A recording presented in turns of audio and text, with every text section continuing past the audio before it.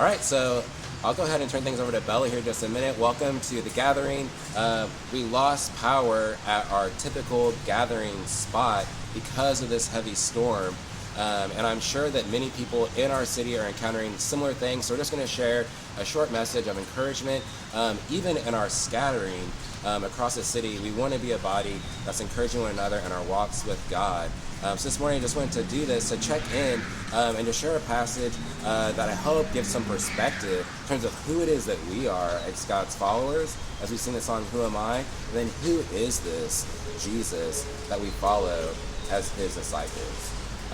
So I look forward to sharing together this morning and lifting him up in song and praise here in a minute. So I'll invite Bella to lead us in Who Am I?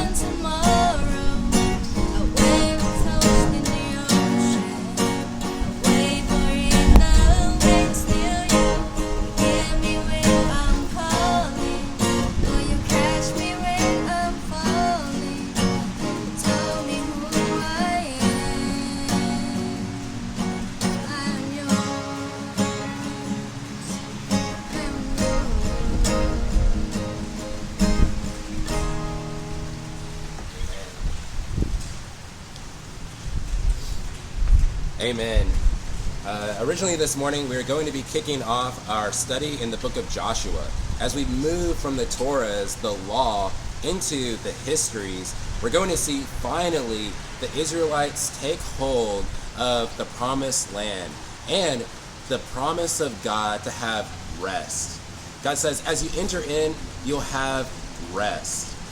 And we'll see at the beginning of Joshua that there's this reoccurring theme. There's a statement that said over and over again. And as I said that, you might know what I'm talking about. As God tells Joshua to be strong and courageous. He says, be strong and courageous. Because, man, literally Joshua's whole life, he had been living, waiting for this moment as they enter this land, knowing they're going to have to go and defeat these giants. And then at one point, it turns out that his mentors, all those that he grew up looking up to, that they're not going to be there. He's going to have to enter in alone. So God reminds him, be strong and courageous. As you enter in, I'm going to give you rest. And we'll continue there next week. So dive into Joshua. But this morning, man, as we're going to have our gathering, I know there's so many challenges going on in people's lives. We're quite literally, like we were just saying in the book of Job last week, man, we're hit by a storm, right?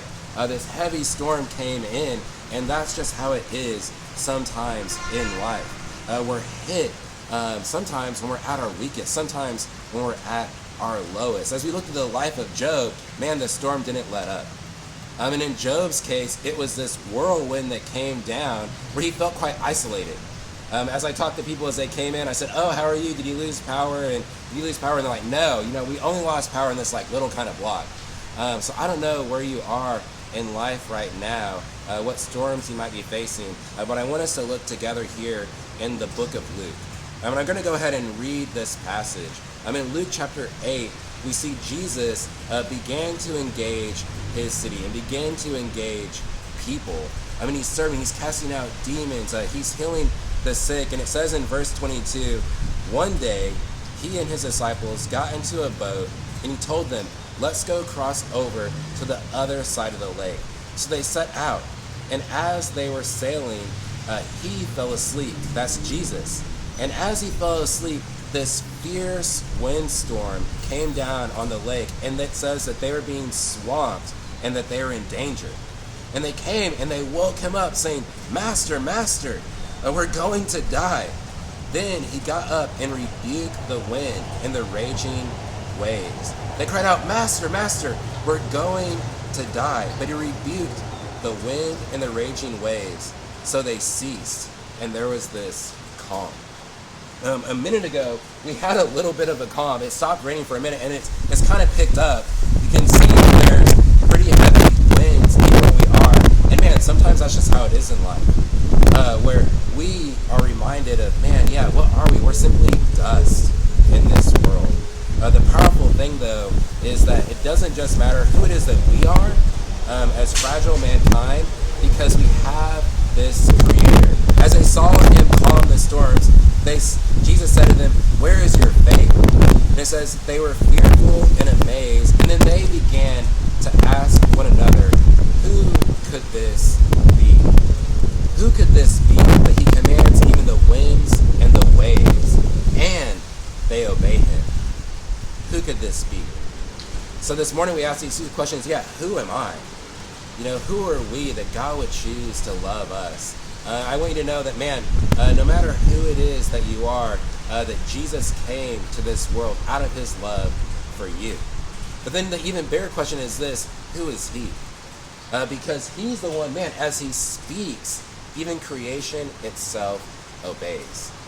So I just want to share this message as a reminder as we take the Lord's Supper today, that, man, even at times in life, or at our lowest, we know we're going out to face mighty giants, or we know when the heavy winds are not letting up, that we have our Lord Jesus as Creator, and that he's the one that's in control, and that he can calm every storm, and that it's him who gives life and breath to all things, and even us, by giving us his Spirit.